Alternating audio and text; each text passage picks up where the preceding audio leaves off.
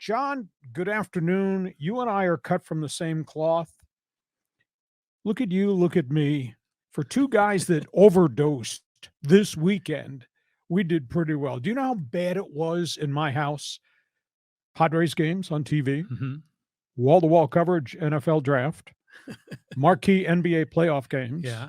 crazy coverage, National Hockey League. Right. I OD'd. By the time I got to Sunday night at 10 o'clock, John, I could not process any more information. I'd read something and it just didn't register with me.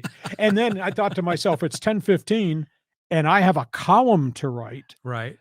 my NFL draft recap.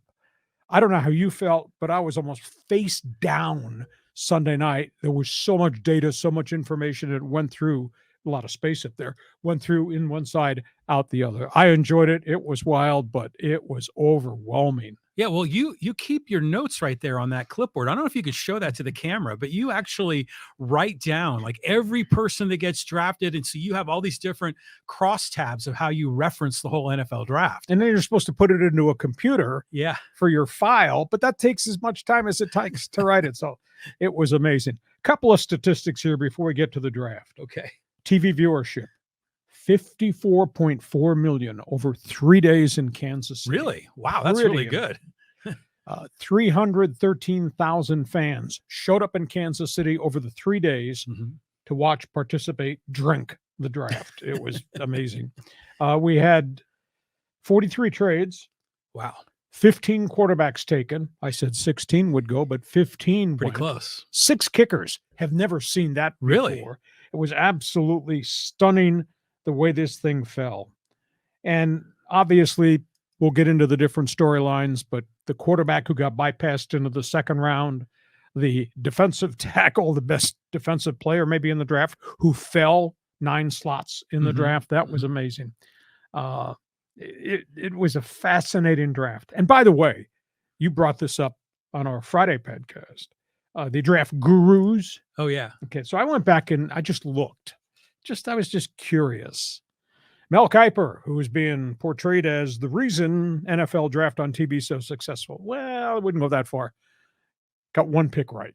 1 out of the 31 picks in the first round. On top of that, LA Times, which did a very different mock draft.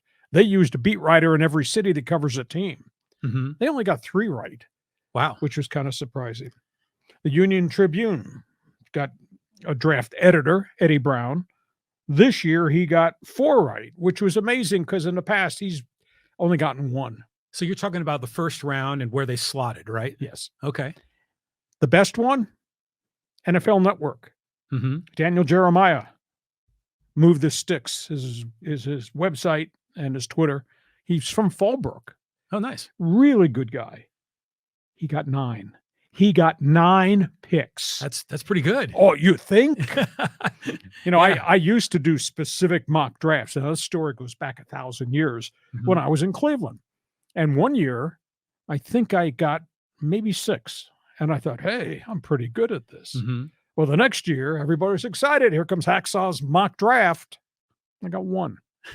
Because at the top of the draft, I think it was Seattle, Dallas engineered a pick right at the top, a trade. Oh, yeah. It just throws everything off. Yeah, it was the Tony Dorsett trade. Oh, okay. It just, all the dominoes fell on the floor. Right. So I haven't done specific mock drafts in a while, but it's fascinating. I mean, it's fun. It's games. You love the NFL.